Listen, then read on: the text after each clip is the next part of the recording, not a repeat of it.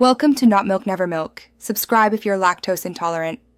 You'll start by making sure your TV is on Wi-Fi and signed into the same Google account you use for apps.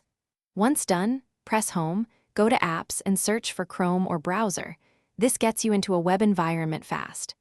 Use the remote's directional pad to select and launch the app, or pair your phone for quicker input.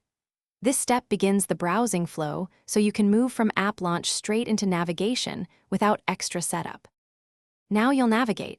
Focus the address bar and either type a URL with the remote keyboard or press the mic and speak a site name. Voice search is faster for long addresses. If typing is slow, pair your phone as a keyboard through the Google TV app to paste or type quickly. Once a page loads, use the remote's cursor or D-pad to scroll, open links in new tabs, and add bookmarks so you can return quickly. This is where browsing becomes efficient. Finish by handling content and potential problems. Select video or download links and confirm Chrome has storage and download permissions.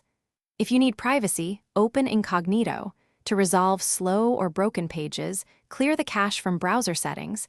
This often fixes rendering glitches. If pages still won't load, reboot the TV, forget and reconnect to Wi-Fi, then try again. If problems persist, check router and try another device to isolate.